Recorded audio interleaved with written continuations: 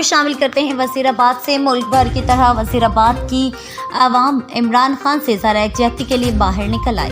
कारकुनान ने इमरान खान से मोहब्बत का इजहार किया और अमेरिका और पीटीआई गद्दार के नारे लगाए।